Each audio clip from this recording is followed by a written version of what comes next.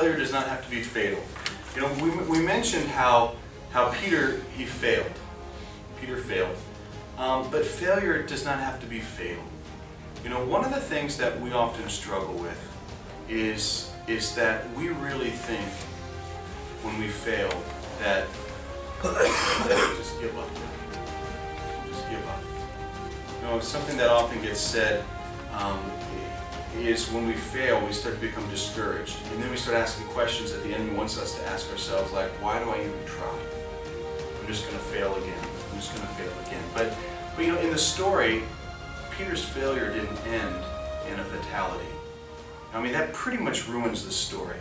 I mean, think about it. If it reads this way, and Peter looked at the wind and he started to sink, and just as he was getting ready to call out Jesus' name, he drowned. He sank to the bottom of the Sea of Galilee. And Jesus finally got to the boat, and he looked at the 11 that were left and said, well, aren't you guys glad you didn't get out there?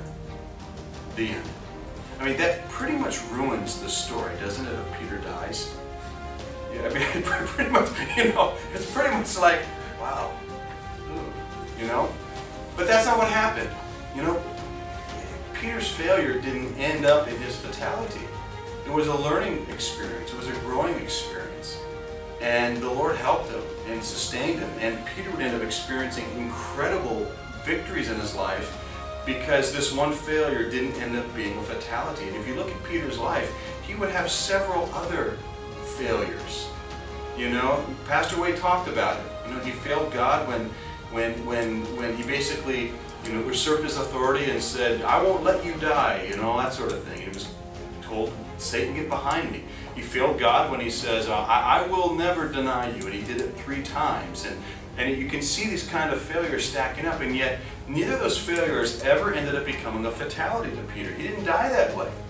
He didn't die that way. And so when we fail, it's not the end of the world. It just gives us an opportunity to experience greater victories, but we have to yield to Christ.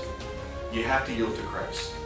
All right, the only way Peter's getting up out of the water is by the hand of Jesus.